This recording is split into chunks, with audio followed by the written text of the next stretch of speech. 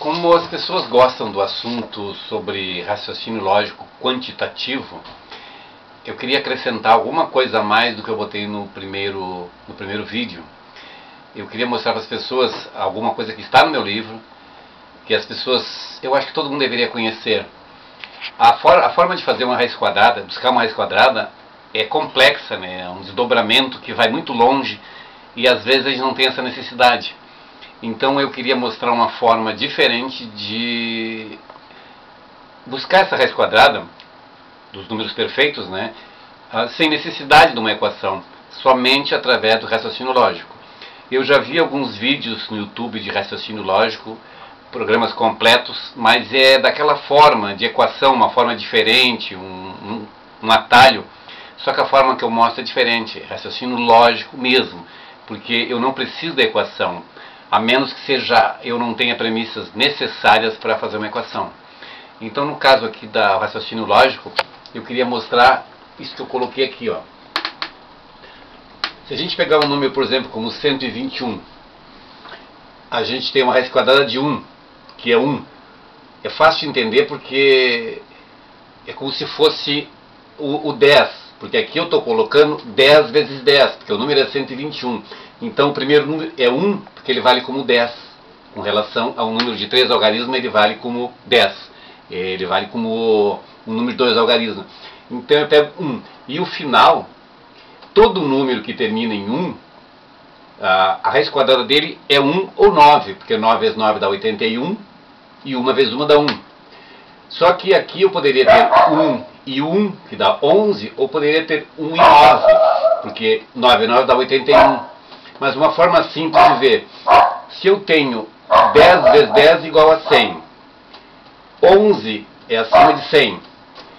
Se eu tiver 20 vezes 20, 400, 19 é abaixo de 400. Então do 11 ao 19 eu tenho entre o 100 e o 400. E desta forma é fácil de entender. Eu tenho 121. Esse número é bem abaixo da média de 100 a 400. A média seria aqui. Seria 250, né? A média dos dois. Então, se eu tenho 121, ele é mais próximo de 100, então a resposta é 11. No caso, 161 daria também 11 ou 19, mas ele é mais perto de... e aqui não é 161 não, é 361. Houve um erro. 361. Ele é mais perto de 400. Dessa forma aqui, eu também posso pegar a partir de 20. 20 vezes 20 é 400. 21 vezes 21 vai dar sempre acima de 400. Então, se eu tenho o número 441, a raiz quadrada de 4 é 2, e a raiz quadrada de 1 é 1. Mas podia ser 9 também. Só que este outro número, 841, este aqui, a raiz quadrada é o 29. Por quê? Porque este número aqui é abaixo de 900. E para ser 900, esse tem que ser 30. Então é abaixo de 30, então ele tem que ser abaixo de 900. Esse é o primeiro número abaixo de 900.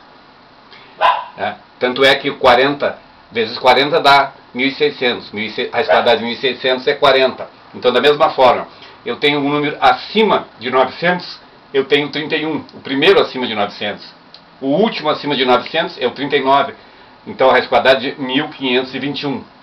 Aqui os intermediários, eu teria também o número terminado em 4, se ele terminar em 4 aqui, eu teria o 2 ou o 8. 8 vezes 8 dá 64. Isso aqui é a mesma forma. Então aqui eu teria, por exemplo, o 18, ele seria um pouco abaixo desse, e o 22 um pouco acima desse, até que o 5, o número 5, a raiz quadrada, sempre vai ser 5, se ele for terminado em 5. Ele vai ser a média sempre. Se for em 0, sempre vai ser em 0. Então aqui, ó, se eu tiver a raiz quadrada de 400, eu tenho aqui o 2, raiz quadrada de 4, e o 0, raiz quadrada de 0. Todo esse intermediário obedece este mesmo sistema. Se eu tiver o número 4, ele pode ser o 2, que é 2 vezes 2 dá 4, o final. Ou pode ser o 8. Se eu tiver o 9, pode terminar em 7, 7 vezes 7, 49, ou pode ser em 3, que 3 vezes 3 dá 9. Essa forma mais complexa, mais detalhada, eu mostro no meu livro. As pessoas que quiserem adquirir, liguem para o telefone que eu coloco aí e eu entrego para as pessoas. Ou se não, no Brick da Redenção, onde eu exponho todos os sábados, eu exponho meu livro lá, este livro onde eu mostro raciocínio lógico, né? E isso é só algumas dicas, né? Eu tenho alguns problemas que também mostro raciocínio lógico. É como uma pessoa chegou e me trouxe o problema, e eu costumo responder para as pessoas, eu costumo buscar para mostrar como que se busca pelo raciocínio lógico. Alguém me trouxe um problema assim: se eu tiver 8 bolas, todas iguais, uma levemente mais pesada, eu tive uma balança de precisão e eu tenho que pesar 3 vezes para descobrir qual é a bola mais pesada. Simples, tu bota 4 de cada lado, o lado mais pesado tu pega, o mais leve tira fora. O lado mais pesado ali onde é que está a bola. Aí eu divido 2 de cada lado, elimino o mais leve, o mais pesado eu divido uma para cada lado, é uma das duas. E aí me aumentaram o problema. Se for 2 pesagens só, seria simples, eu boto 3 bolas de cada lado e elimino 2. Se der igual aquele peso, as 3 de cada lado é igual, isso quer dizer que é uma das duas que eu tenho na minha mão. Então eu boto uma de cada lado e vou descobrir qual é mais pesada. Agora, se no caso der um lado mais pesado, ela está entre aquelas 6. E como é que eu descubro? Simples. Se ela está entre aquelas 6, um lado fica mais pesado. Então eu pego o lado mais leve e elimino. Sobra 3 bolas para a segunda pesagem. Eu ponho uma de cada lado, uma na mão. Ou vai dar uma mais pesada, ou vai ser a que eu tenho na mão. E o outro probleminha que eu coloco também no meu livro é o seguinte: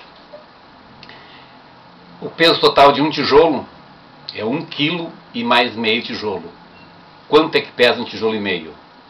Esse eu não dou a resposta, porque eu quero que as pessoas acessem e procurem saber comigo. Se elas conseguirem adivinhar, acertar a resposta.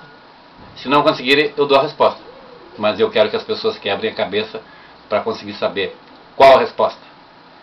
E tem um probleminha também que eu gosto de mostrar para as pessoas. É o seguinte: existe numa certa casa 2 portas e 2 guardas, um em cada porta. Um guarda sempre mente e o outro sempre fala a verdade. Eu posso fazer uma pergunta para um deles, uma pergunta só, e eu tenho que saber qual a porta que é a saída. A outra porta é uma armadilha.